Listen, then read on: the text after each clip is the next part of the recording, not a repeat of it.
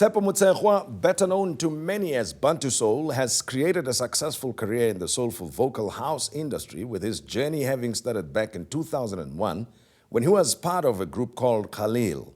Now, the Metro FM award-winning artist and producer has branched into the world of acting, and you may have been seen on television. You should be familiar with the SABC drama Thandeka's Diary. Bantu Soul joins us on the show to talk about his career in the industry over the past 15 years and where acting and music intersect in his life. Bantu Soul. Yes, sir. Tshepo, pleasure to have you with us. Thank you very much. Pleasure to be here. Why does it feel like your stage name Bantu Soul is a bit controversial for me? I'm not unsettled by it, but I'm thinking of things like Bantu education, people resisting being called Bantu this, and then there you go, you resuscitate Bantu Soul. Yeah, I came up with the idea of the name, I think, in 2005. I was then staying in the States, working there. I just went there for work for like 2 years. And I think when you're overseas, one of the things that happen a lot is you feel homesick a lot. You know, you wish you were home. So I bought Stephen Bantu Biko's book, I Write What I Like, and that's what I used to read a lot. And it took me back to that era, you know. In that book, the conversations that are happening there are speaking about the Bantu stance, the Bantu education, the Bantu this. And I felt that the connotation back then was Bantu related things had there was an inferiority connotation to it. I wanted to change that and sort of call myself Bantu something, but focus on superior quality and production, everything that I'm doing to show that it's not, Bantu is not a negative word, you know, it's a positive word. Can you imagine if your first name had been Stan, for instance, and you say, I'm Bantu Stan? No, that was never gonna work. I wasn't gonna even think about that. But so when I came up with the name, initially it was just one of those, because I had many other creative concept of what I could call myself before that one. But then that one stuck, and then everybody now, my real name is Tshepo, but I don't think many people call me Tshepo. Actually know that. Everybody just say Bantu, Bantu. I've also accepted that as. But if you're a creative person, it shows you can even create or recreate yourself. I think, that's what happened. So tell me about the stay in Atlanta, the influence of music there, and the interactions with any creative people. No, I was there not as as an artist or from so I'm also an engineer, computer science, graduate.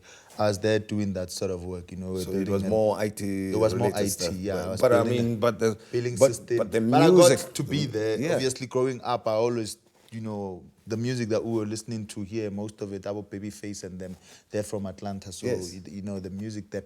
I used to go to a lot of open mic sessions there to get what the up-and-comings are singing, you know, and also sing there. And luckily, I was known as Konta Kente there because I used to just stand up and start singing in Setswana or isiZulu or whatever in the open mic sessions. But I don't think professionally there was much of my music going further. I think it helped me more in that, even with the name, to identify myself less with the Americans. Because all of a sudden when I'm there, I realize that you belong. This is not me. Yeah, your roots are. I don't want to do this. I don't want to be. Because when we were growing up, we all just wanted to be boys to men, to be. You know what I mean?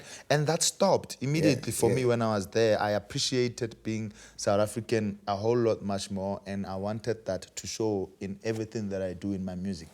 Very much stopped wanting to be American. Because when I was there, like, you know, have some friends and try to, you know, to relate. But now let's come back to the music journey, right? When Khalil came on the scene, and then you have to achieve things, write the music and define the kind of sound you wanted to share with your followers.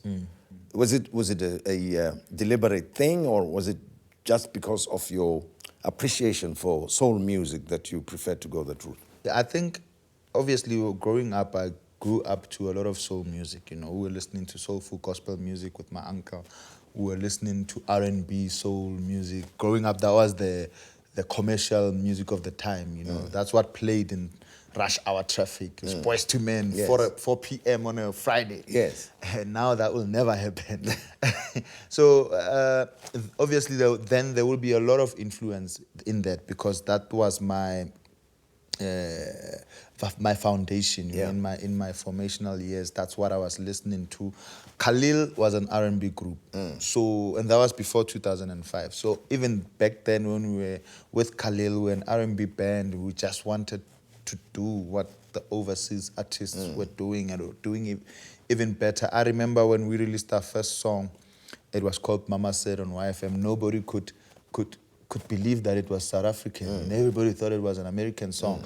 And back then, we thought it was a compliment. Just later on in my life, I as I was thinking about that moment, I realized that that can't have been a compliment. You know, I can't be proud of not being able to tell my origins in a piece of art that I produced. You know what I mean? But that was like an afterthought many years later. And that's when I decided that I'm not going to do R&B as a solo artist. So when I develop into my own brand, it's not gonna be R&B. And at the time, house music was starting to pick up. I was starting to make friends with house music DJs and producers. Back in 2006, that's when I met Black Coffee, and we made a song together, and it blew up internationally. Then I realized, okay, I could do house. But then I wanted to make sure that even when I do house, it doesn't sound like it would be difficult for South African people to recognize it as house. So I started then introducing vernacular language into my music. And this is in 2005. That back then it was not a popular thing to do. Wasn't a popular thing to do. And house as well wasn't that big. So, and there wasn't any vocal house musician or artist. You know, you're the guys that are big now and that are doing very well now, your Mikasas, Donald, Zakes Bantwini, people that I actually respect myself, didn't exist then. So it was just me and, you know, trying to do something in that genre. And I think we managed to create a genre that took its own life. Yeah. Yeah. And everything is going well, and you are now branching into acting as well, or were you drawn into participating in in television productions? Yeah, I think myself, I've always been that a child at home that was entertaining the family. Where before we had a TV set, you know, my grandmother had I had a lot of cousins. My grandmother had a lot of kids who had a lot of other kids. Yeah. So like evenings were like packed. So I had a proper audience. So, yeah? I had a proper audience at home in the living room. We used to live in a 4-room, go high.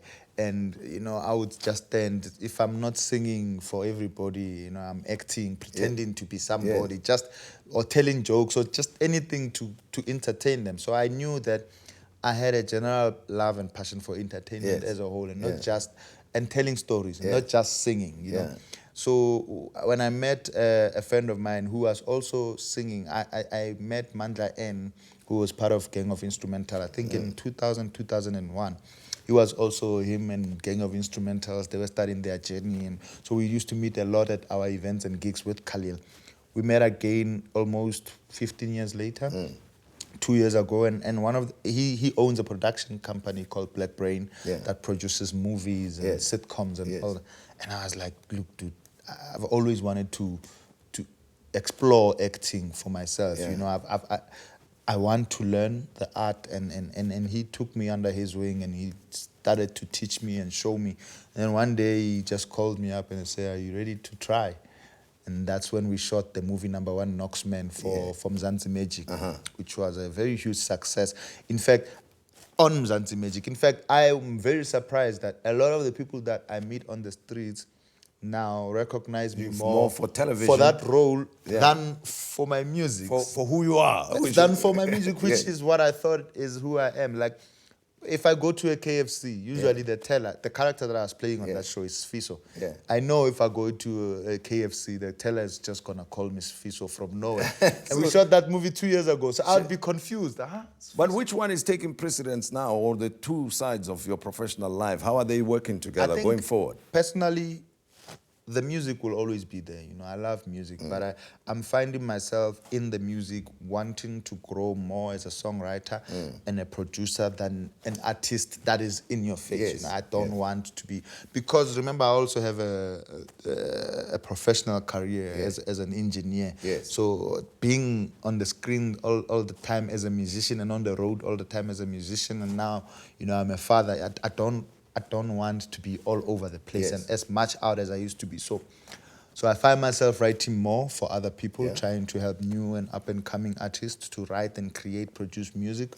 On the side, myself and Mandla and Jamela and Mandla's wife, we've started a record label called Black Soul Inc., where we want to find younger guys, new talent, and try to, you know, nurture them into full-blown mainstream commercial artists in South Africa. So that's what I want to do with my music. But with the acting, it's something that's new and it's fresh, you know. So I want to explore that more. You know, I'm going for auditions a lot more. You know, I'm going for, because obviously when I was working with Mandla, the audition was like in his living room. There was no audition. Yeah, it was literally in his living room. It was a conversation. It was a conversation, more or less. But in order for me to be successful in that, I need to sort of create to create a career or profession out of it. I need to be able to go to the auditions and stand on my own 2 feet. You know, I'm no more favors. Can say, Mandla, come and help. Yeah, you come. know. So well, as I hope, as Biko, who inspired you, would say, black man, you're on your own. Yep.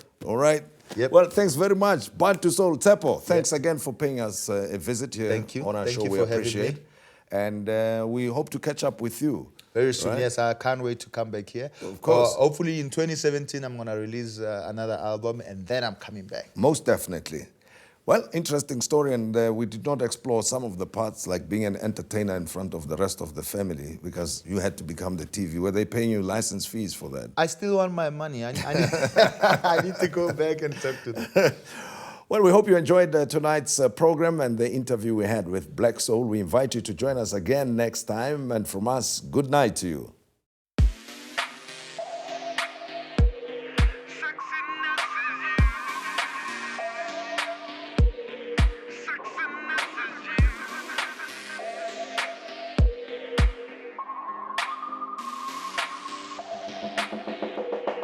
It's just something